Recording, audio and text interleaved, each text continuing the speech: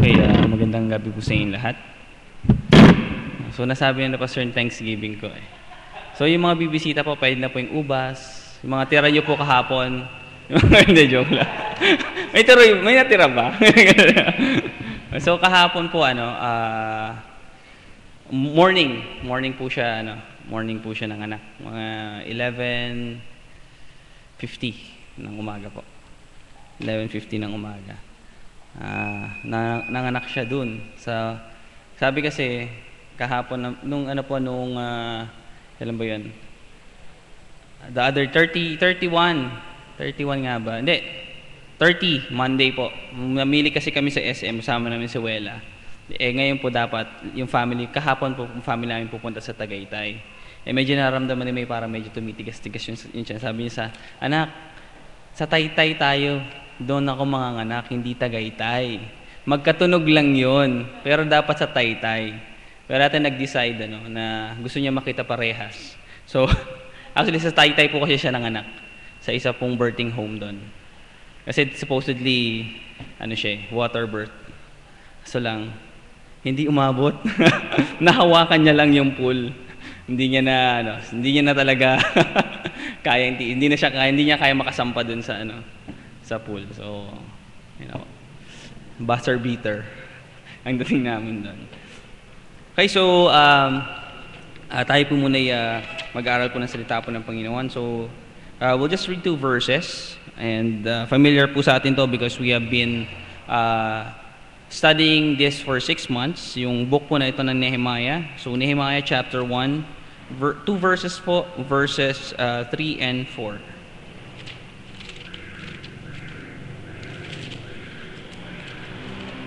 So basahin ko po yung chapter 1, verse 3 and verse 4.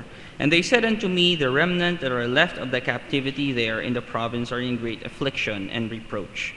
The wall of Jerusalem and also is broken down, and the gates thereof are burned with fire. And it came to pass when I heard these words that I sat down and wept, and mourned certain days, and fasted and prayed before the God of heaven.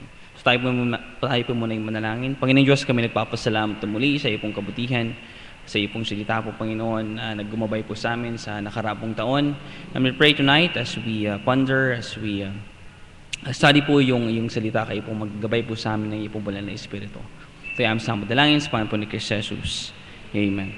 Okay, so yung background po natin dito, alam naman po natin, we have learned the life of Nehemiah for 6 months sa Sunday school po natin. And we know Nehemiah is an example for us on how to be a leader. So alam po natin kung ano po yung pinagdaanan niya. Through the whole 13 chapters of Nehemiah, na-experience po natin kung ano po yung kanya pong pinagdaanan, ano po yung naging trials po niya sa kanya pong paglilid ng bayan po ng Israel, and also how he handled those pressures. And dito po sa unang chapter po ng Nehemiah, if we will look back sa lesson rin po natin, dito po nabuo, dito po nagkaroon po ng sabihin po nating purpose or sabihin nating vision po si Nehemiah. When he heard yung sa verse number 3 na may kinuwento po sa kanya, and doon sa kanya pong napakinggan, sa kanya pong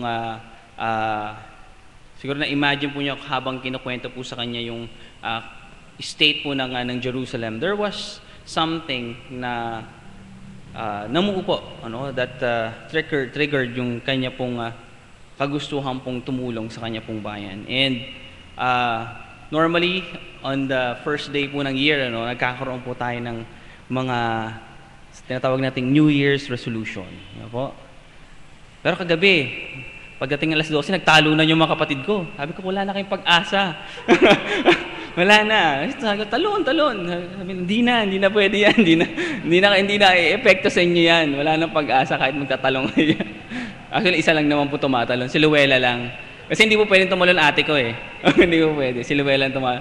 Hindi na pwede, hindi na i-epekto sa iyo yan. So, pero hindi naman po sila nagsabi ng kanilang mga New Year's resolution. But it's common that you normally have one at the start of the year. So doon po nabubuo ano po yung gusto nating mangyari for the coming year. Diba? Meron po tayong 12 months Ilang weeks ba? 40 plus, 40 plus yata, no? 40 ba? Then, sabi natin, 65 days sa isang taon para po gawin po natin yung ating pong parang sinasabi natin New Year's resolution. And actually, in that form, it is something na sinasabi natin, isang bagay po that will drive you to do something in order for you to obtain po yung iyong goal. It is a goal po para po sa atin, yung ating pong New Year's resolution. And ito po, yung nangyari po kay Nehemiah, when he heard the story about his hometown, yung Jerusalem po, there was something that made him have a goal or a vision. Yun nga po yung verse po natin sa likod, Proverbs 29:18, where there is no vision, the people perish, but he that keepeth the law, happy is he.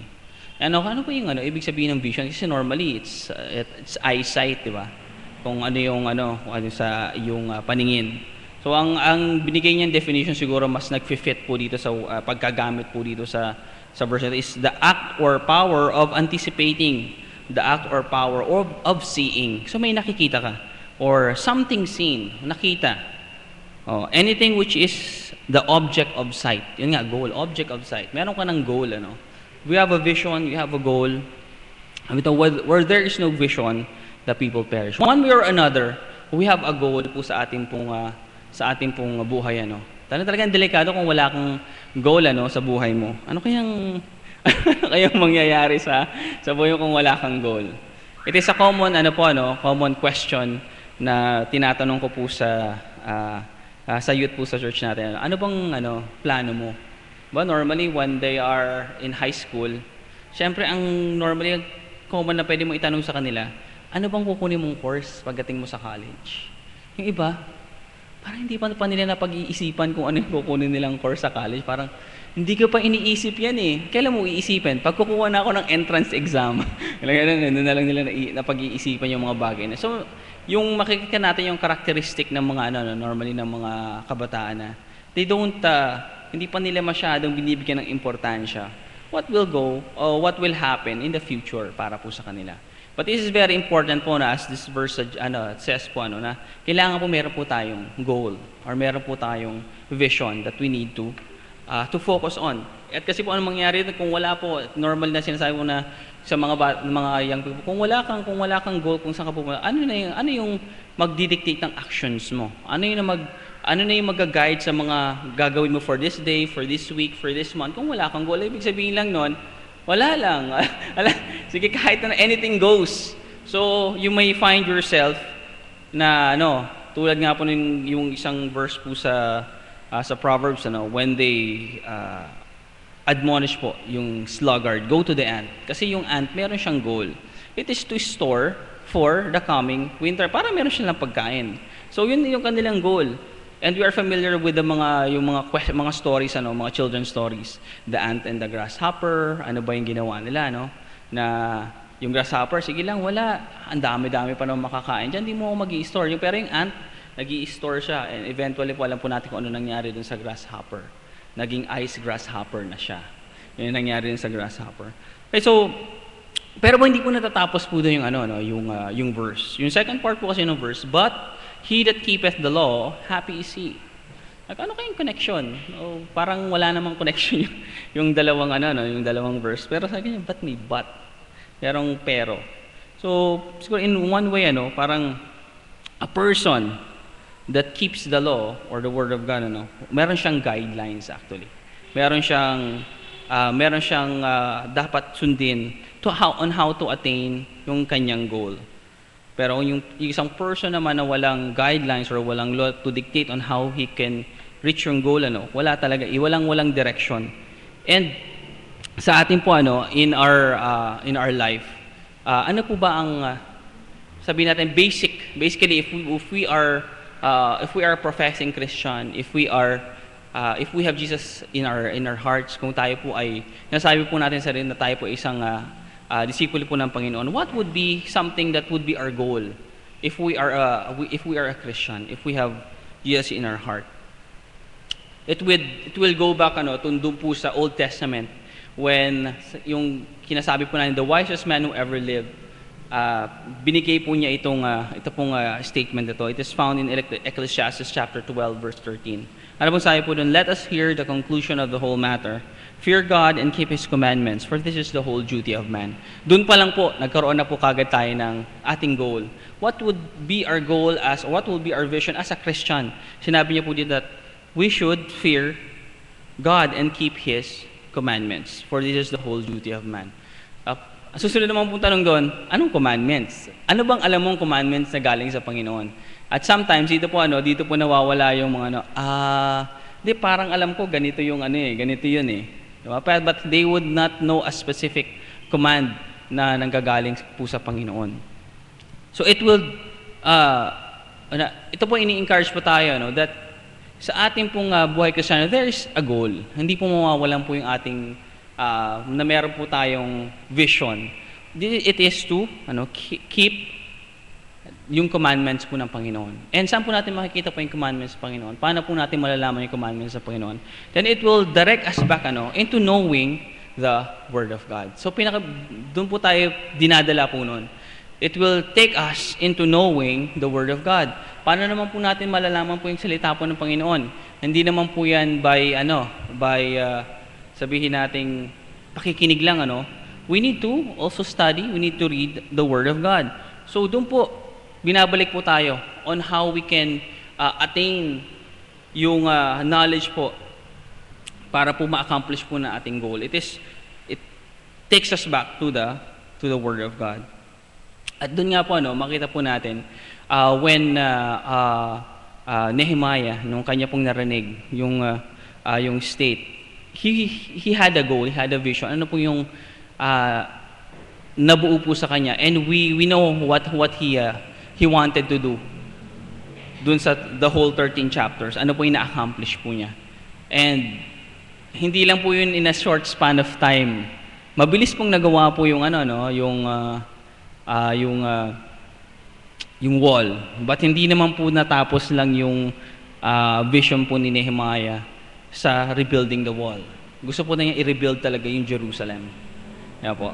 And hindi ito po ay it involved yung rebuilding the physical wall, then eventually po yung last lesson po dun sa ano po na yun, sa series po na yun, was the sanctification and the separation of the people. So hanggang doon yun ang naging vision ni Nehemiah for the Israelites. So tayo po in achieving po as stated po ni King Solomon, we are to keep God's commandments. Dahil ito nga po yung ating pong duty. And this is our goal in our Christian life. Paano po naman po natin malalaman kung ano po yung mga commandments yun? It is knowing the Word of God. So, once we have known po so yung po yung first part, yung vision na binigay po kay Nehemiah. Kung makita po natin sa verse number 4 po ng chapter 1 ulit. And it came to pass when I heard these words, nung kanya pong napakinggan yung salita, that I sat down and wept and mourned certain days and fasted and prayed before the God of heaven. So after having a vision, sabi niya, there is pondering. Siya ay pinag-isipan niya. Hindi lang basta, ito palang gusto gawin, tara, gawin na natin.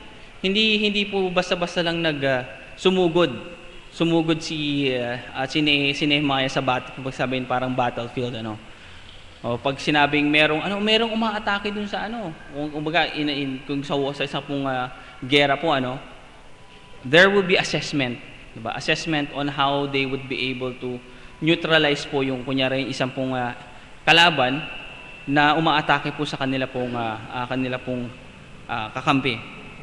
So there is pondering and praying for the vision. Yun po yung nangyari kay Nehemiah po dito. So he sat down, at ang nga po dito, iniyakan pa niya, there is weeping and mourn certain days and fasted. Yun po yung ginawa po ni Nehemiah even before siya po ay nag-request sa hari. At doon rin po sa lesson natin it did not take sabihin 1 week lang, 2 weeks lang bago niya ulit nagkaroon ng opportunity for him to ask permission para po siya po ay makapunta doon sa kanyang bayan. But it took couple of months bago siya nagkaroon ng opportunity to ask for the permission doon sa hari. So, it took a lot of planning. So, malamang na pag-aralan niya yung situation. Kasi alam niya yung sasagot niya sa hari. Yun nga, 'di ba? Even before niya nung tinanong siya ng hari, what is bothering you? Andun binigyan siya ng katalinuhan ng Panginoon, wisdom ng Panginoon how to answer. Pero bago niya sinagot yung hari doon, may binigay ulit na doon, he prayed. Siya po ay nanalangin. He prayed again. He prayed before yung kung ano yung mga kailangan gawin sa Jerusalem, ano ba yung mga plano, ano ba yung paano ipoput into place yung pagre-rebuild hindi lang po ng walls but also the entire city of Jerusalem. Simula po dun sa physical na wall but also hanggang dun sa mga tao na naninirahan po sa Jerusalem. To talagang itatayo muli. Hindi lang yung physical na lugar ng Jerusalem but also yung community inside Jerusalem. So there was prayer involved po So hindi lang po basta-basta gawin natin yung ganitong mga bagay for us to able to achieve yung isang goal but gusto rin po ng Panginoon tayo po ituruan rin po ng planning din. Paghahanda po. Hindi po yung sabihin natin na ura-urada kumbaga. Parang ang nangyayari pa rin sa Ningaskugon, sabi nila, Ningaskugon parang nawawala, parang nagme-melt na lang yung So, ano po yung involved po dito in pondering and praying for the vision? It is understanding ang Panginoon po. It is understanding our God. It will be done only God's way. Kasi po minsan po meron tayong mga nakaiisip, ganito natin gagawin yan. But searching the scriptures, searching the word of God, may mga guidelines pala na set ang Panginoon, or meron pala mga principles na binigay sa atin ng Panginoon on how to do those things. Minsan po kasi may sarili po tayong paraan on how to kung paano po tayo makakarating dun sa isang point. And example na po yung Israel, kung paano po sila nakarating sa Canaan. Meron po silang mga sariling plano on how they want to conquer po yung Canaan. The 12 spies. Hindi natin kaya. Dito na lang tayo. Dito na lang tayo sa lugar na to. Hindi pa na tayong puntahan yon. But nakita natin after, sabi na po, meron kaya yan. Ang gusto ng Panginoon, pumunta sila para i-conquer yung land. But they don't want to do it God's way. Gusto nila sa sarili nila. Sabi na po, sige, ito na lang, babalik na kayo. Balik na lang kayo. Dito na kayo. Sabi nila, hindi. Anak, punta na tayo. Parang parang minsan sa bata, parang tara, punta na tayo dun sa, ayoko. O sige, uwi na lang tayo. Hindi, tara. Punta na tayo dun sa pupuntahan. So there are things po na sometimes naiisip po natin ganito gusto kong gawin dun sa plano. Gusto ko ito yung maging ito yung magiging guide kung paano ma-achieve yung isang goal or isang project o isang program.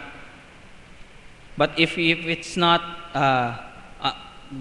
sabi natin na nasa under the will of God, hindi po natin magagawa yun ng tama. Diba? So that is why po it's important po yung first part, that we know yung salita po ng Panginoon. We are guided by God's commandments. Kung makikita po natin yung the succeeding verses po after verse 4, malalaman po natin na nakilala po talaga ni Nehemiah ang Panginoon.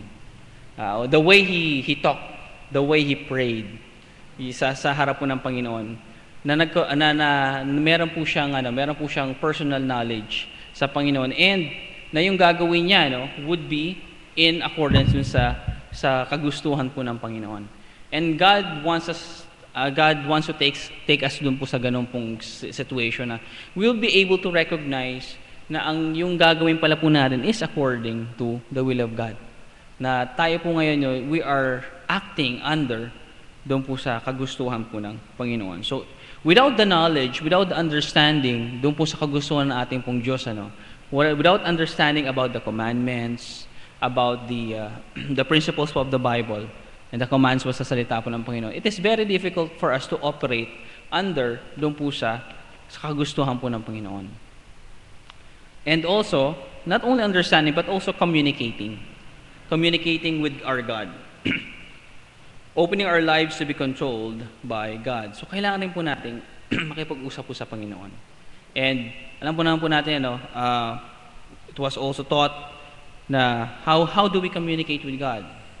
Siyempre po, ang Panginoon would be communicating through us sa Kanya pong salita, and us communicating sa salita sa Panginoon po through prayer, knowing or telling Him kung ano po yung ating ang nasa puso. So we need to not only to understand but also communicate with God. Ganun po yung pinakita po ni Nehemiah throughout sa kanya pong paggawa po nung kanya pong na vision na ang Panginoon din mismo pang naglagay sa kanya pong puso. So each one of us would also have some sort of vision po sa ating pong mga buhay. And every one of us is siyempre a leader in our ways. Iba po sa atin, as for me, sa akin po, leader po sa aming pong bahay as a father. So meron din po akong gusto pong sabihin natin, meron pong leading po ang Panginoon. What is my goal for my family?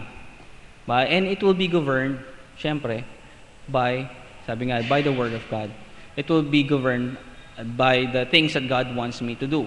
So, paano ko malalaman na kung ano yung gusto ng Panginoon sa aking pag-guide sa aking family? It is also through the Word of God. So, kailangan ko talagang malaman kagustuhan po ng Panginoon. Sino ba? May mga estudyante. Their goal is to, syempre, matapos yung mga thesis nila. So, paano nila ma-attain yung thesis nila? May mga kasama ka mga kaklase. Overnight tayo. Isang gano'n, Pag overnight, iba pala yung overnight nila. May kasamang pampaantok. Meron palang may session. Minsan may gano'n May gano'ng mga diba? So, then you are governed on how you would, paano ka ngayon mag-a-act dun sa mga bagay na yun as a student. Siyempre, you need to honor your parents. And you need to comply with the requirements ng yung school para makuha mo yung diploma. Then knowing the commandments or yung mga command ng Panginoon sa atin, then we will be able to act accordingly kung paano natin magagawa yung ma-achieve yung goal natin na how to graduate. Diba? Kasi siyempre, if you are studying hindi sa Bible school or sa secular school, marami pong mga normally yung mga field trip. Kasi talaga yan linggo nila ginagawa yon. But you have a commitment na sa Panginoon that you would be present sa worship every Sunday. Sometimes talaga hindi naiiwasan, but it would start yung sa iyo pong ano ba yung gusto mong ma-achieve. Isa rin po example ko parati sa YouTube is Daniel, because he had sabi nga, he had purpose in his heart not to defile himself. So lahat ngayon ng decisions na gagawin niya would be based dun sa kanyang commitment na ginawa sa Panginoon. So meron po tayong makasama dito sa church before parang dati kasi parang gusto nila yung siyempre may work, minsan may trabaho pag Sunday, mahirap maghanap ng trabaho na ngayon walang Sunday. But may iba nag-decide so pag-filter niya nung kanyang mga job opportunities, siyempre yung mga weekdays na trabaho. And other things tulad ng noon sa college din na may mga field trip Sunday. Kailangan sa church ako noon Meron naman akong kasama noon. Kausapin namin prof, "Sir, paper na lang." Hindi pa gagastos. Kasi yun parang hihingi ako sa mami daddy, 2.5. Wala na mabibigay sa akin 2.5 Parang 3 days yung field trip, 2.5. Requirement daw. Nilapitan ko yung prof, sir, ano na lang, paper na lang. Pumayag naman, paper. Ayan, so, nakaiwas sa gastos. Na-meet pa rin yung requirements. So, merong mga, yung mga ways na, para maano natin kung meron tayong mga commitments and we would act accordingly. So, hindi ko talaga naiwasan yung, ROTC. ROTC, ano yun mandatory, ROTC. First year, hindi ako kumuha. Second year, di pa rin. Linggo Third year, di ako pa rin. Fourth year, gagraduate na. Hindi na pwede. Na ako, nag-enroll na ng ROTC. 2 sems, then, nung pang third sem, mag-enroll, sabi doon, okay na, 1 year na lang ngayon. Nakatipid ako ng 1 taon na. So, doon nag-start yung 1 year na, na ROTC nila, tapos in-implement na nila yung NSTP. So, sabi ko, nakatipid ako ng 1 taon. 1 taon lang di ako nakakapag-church pag Sunday morning. Sabi nila sa akin, ang daya mo Kasi sa kanya 2 years sabi mo, hindi mo kaagad Freshman siya na second year. So, siya, nag-ROTC, ako rin nag-ROTC. Ako pag-graduate na, siya walang. So, at least, nakuha na ng 1 year. So, there are things po, that God wants for us to decisions na kailangan po natin gawin. What is our goal for 2014? Yan, bagong taon New Year's resolution. It's more than New Year's resolution. It is something that you would live by for 2014. So it is something that you would that would govern your actions, your activities for the rest of 2014. Ano kaya yung gustong paggawa sa atin ng Panginoon for 2014? So may mga leaders sa yung mga youth, puro outing, hindi pwede puro outing. Hindi pwede puro outing So you are given assignments para at least para ma-train. Hindi pwedeng puro outing. Pero syempre kailangan din 'yun. But so what is yung mga programs for 2014? Sa choir, marami. Marami tayong ipaplan for 2014. At nagpapasalamat po sa Panginoon for encouraging me as well dito po sa ano ba talaga po yung what direction does God want me to go for this year 2014. And syempre when you look past yung sabi nga expanding our horizon. So it goes beyond 2014, then pupuntang 2015, 2016. So it's something na kailangan mong pag-isipan long term, that it will not just cover a year, but something na pwede mo pong ma-extend dun sa coming years. So doon po sa mga youth natin, so eventually, siyempre isang goal po dyan is training them na sila naman po yung tatayo po rito. Parang walang gusto.